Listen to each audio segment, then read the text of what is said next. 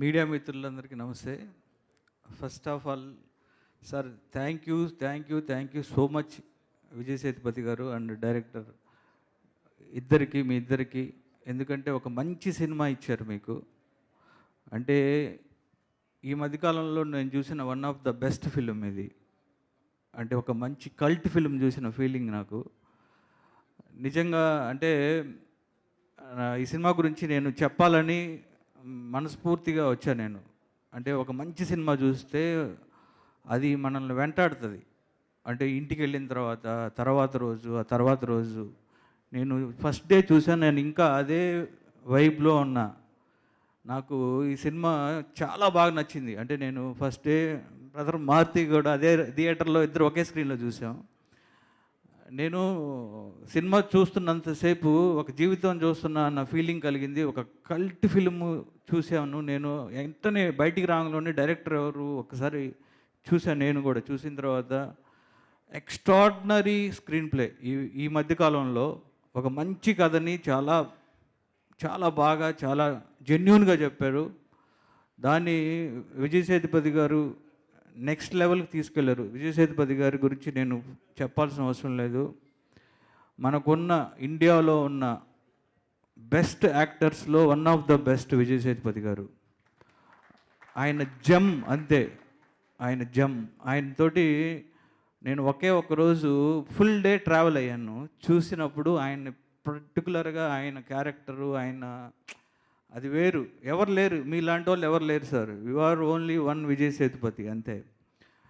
And నాకు ఇంకా ఈ సినిమాలో ప్రతి క్యారెక్టర్ అంటే నటి గారు సూపర్బ్ సార్. అంటే ఎక్స్ట్రాడినరీగా చేశారు. అండ్ థియేటర్లో హై మూమెంట్, ఆ సీను ఎక్స్ట్రాడినరీ ఉంది. అలానే ఈ సినిమాలో చేసిన ప్రతి క్యారెక్టరు ఎక్స్ట్రాడినరీ. అందరూ చాలా బాగా చేశారు. డైరెక్టర్ ఒకసారి రా brother.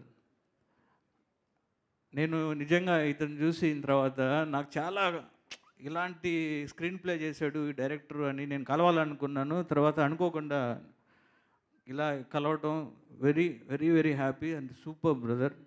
You did great job అంతే, గ్రేట్ జాబ్. అండ్ ఇలానే ఈ ప్రొడ్యూసర్ గారు